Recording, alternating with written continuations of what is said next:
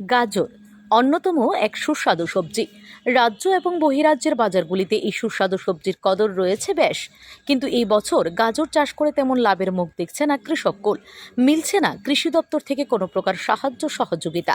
ঘটনা তেলিয়ামুড়া মহকুমা কৃষি দপ্তরের অন্তর্গত মাইগঙ্গা চাম্পলাই নয়াবাড়ি এলাকায়। কথা প্রসঙ্গে নয়াবাড়ি এলাকায় এক কৃষক নারায়ণ বিশ্বাস জানিয়েছেন, তিনি দীর্ঘ বছর যাবৎ এই কৃষিকাজের সঙ্গে যুক্ত। শুধু তিনি নন, গোটা এলাকাটি কৃষির উপর প্রত্যক্ষ এবং পরোক্ষভাবে নির্ভরশীল। তিনি জানান, বর্তমান মরশুমের সুস্বাদু সবজি গাজর চাষ করতে প্রচুর পরিমাণ অর্থরাশি ব্যয় করতে হয়। প্রতি এককানি জমিতে গাজর চাষ করতে কমপক্ষে 20 থেকে 25,000 টাকা খরচ করতে হয়।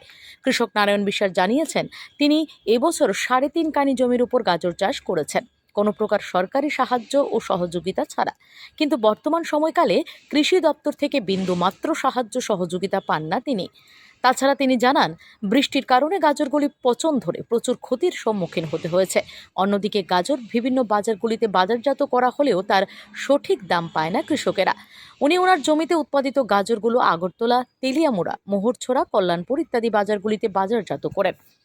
তবে যাই হোক, গাজর চাষী কৃষক নারায়ণ বিশ্বাসের আর্জি, কৃষি দপ্তর থেকে যেন পর্যাপ্ত পরিমাণে সার, বীজ, কীটনাশক ইত্যাদি প্রদান করে তাদের কৃষিজ ফসল উৎপাদন করতে মহকুমা কৃষি দপ্তর প্রয়োজনীয় পদক্ষেপ গ্রহণ করেন।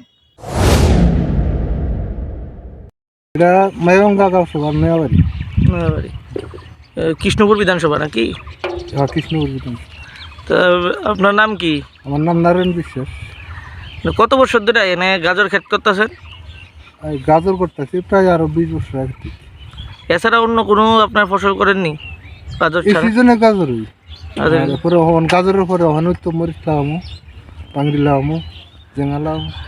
আচ্ছা, তো লাগাইতাম, পাইল করছিলাম। কেমন কেমন হয়েছে আবার গাজর চাষ? গাজর ভালোই হয়েছিল, বৃষ্টি নষ্ট হয়েছে। বৃষ্টি নষ্ট করছে। Bureau report, S Bharat live 24 hours.